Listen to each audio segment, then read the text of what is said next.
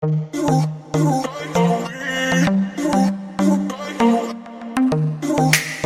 guys, and welcome back to my YouTube channel. Thank you for joining me for another one of my videos. And as you can see today, I'm in a completely different setup. I'm in the Penguin Media Studios interviewing the very lovely MEIK Wiking, who wrote the little book of Hygge, as I've learned how to pronounce finally.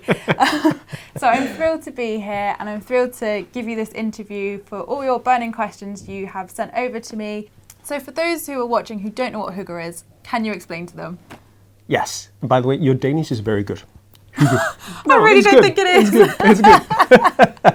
So Hygge has been called the art of creating a nice atmosphere. It's been called cocoa by candlelight. So lighting and atmosphere is really important. That's also why Danes burn more candles than everybody in Europe. I think my house burns more candles. I'm not going to lie. I've got about 100 in my house. Well done. That explains the good Danish. Yeah. But we started to look at Hygge because we thought it might be one of the keys to understanding why Denmark does well in the happiness rankings. I've seen it all over the news all the time. What do you think makes Denmark the happiest place in the world? I think there's a lot of things, but I think Hygge is part of the explanation.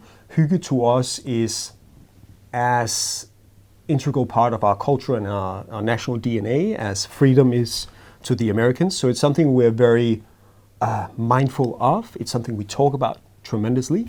It's something we plan for. It's something we acknowledge when it happens. We can say, this is very hyggelig. Yeah. And next week we'll talk about how hyggelig the interview was last week.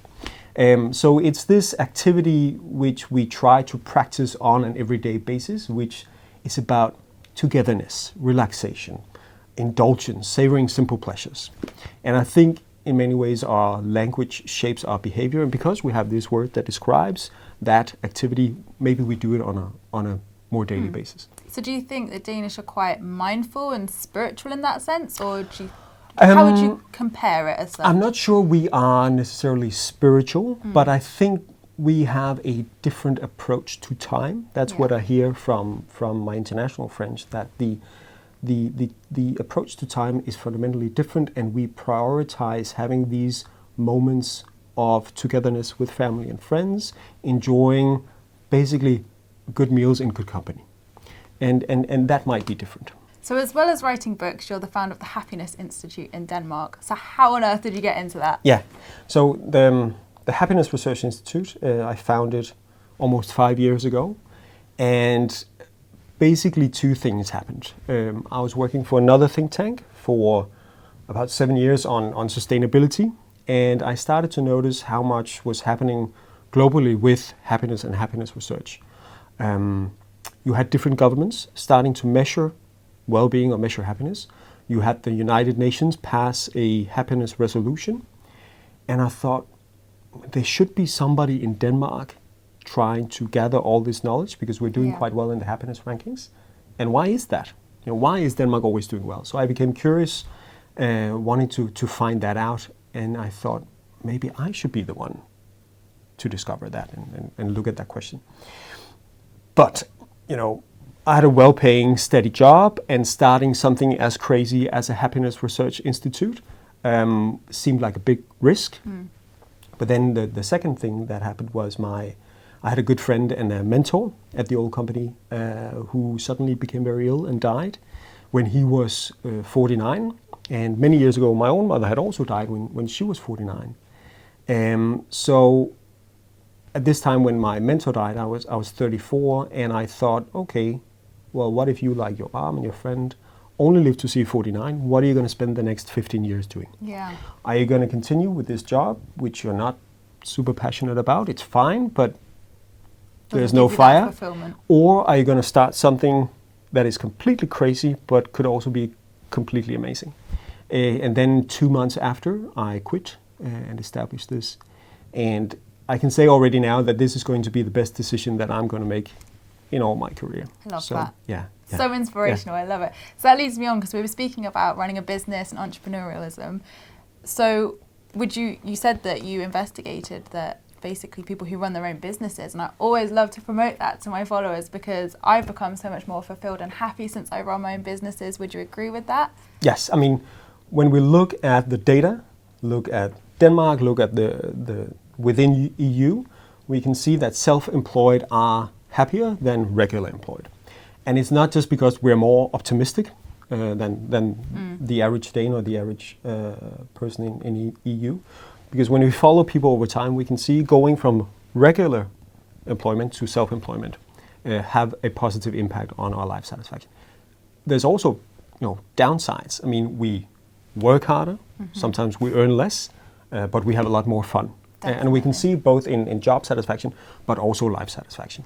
And I think, like you say very rightly, passion, it's all about the passion. If you don't have the passion, it's not going to drive you every day. It's not going to get you up every morning and get you succeeding. And, people say to me all the time, I want to start a business, but I don't know what should I do? And what would you advise to those people?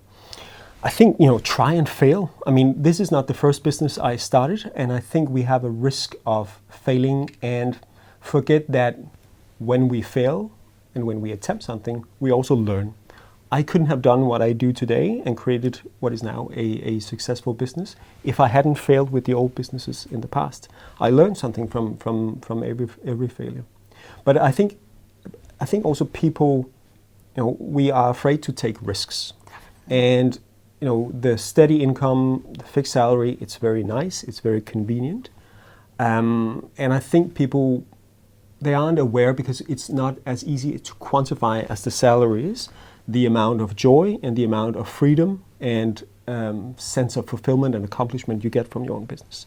I interviewed Veronica for the book, who is also a happy entrepreneur. She has also she likes to think outside the box, and became an entrepreneur. And she's a mother of now 2. And she says to her, the greatest thing in being an entrepreneur is also that she is the master of her time.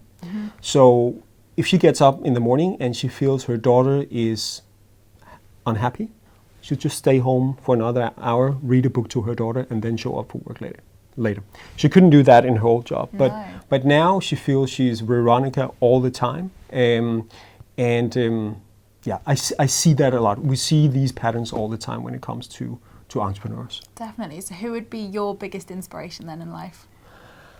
I think people that have risked something and have gone for something else than just earning their value in dollars and cents or pounds, and trying to be people of value and not just people of success, and try to sort of pave their own trail. And what would be your number one tip for finding happiness in life?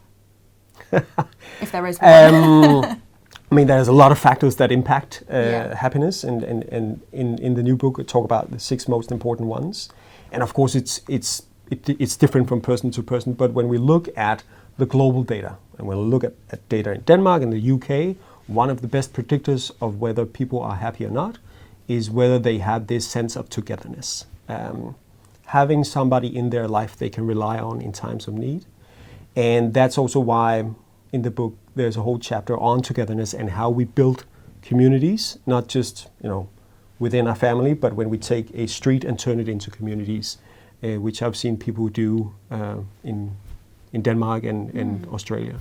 I mean, so that's something we want to encourage. Yeah, that's great to hear because like in the UK, where I live, we're definitely a community, but when you come to London, it doesn't feel like that, and I'd love for it to feel like that. I really would.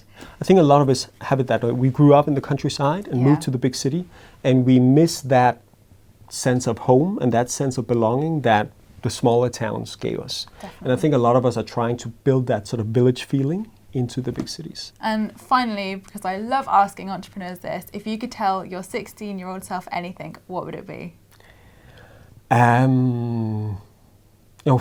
Take some risks, have a swing at it. It's all going to be okay. Yeah, brilliant. So as well as having the little book of Hygge, as I've learnt today, which is my favourite, as you guys know, you've also got a new book out, haven't you, on the 7th of September? Yes. I'll let you pronounce that one. It's called The Little Book of Lykke.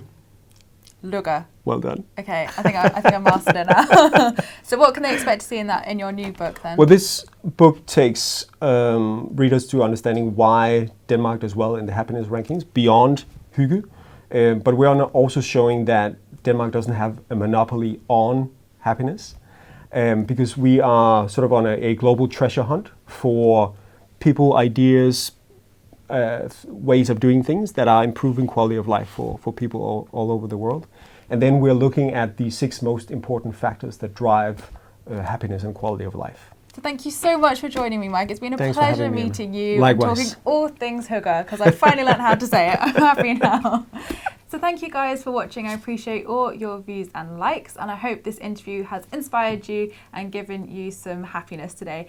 So the little book of hygge is already out. You can get that. I will link that down below. And Mike's new book, The Little Book of Lugger, is out now, and I popped that in the description box as well for you. And I will see you in my next video, which will be next week. Lots of love.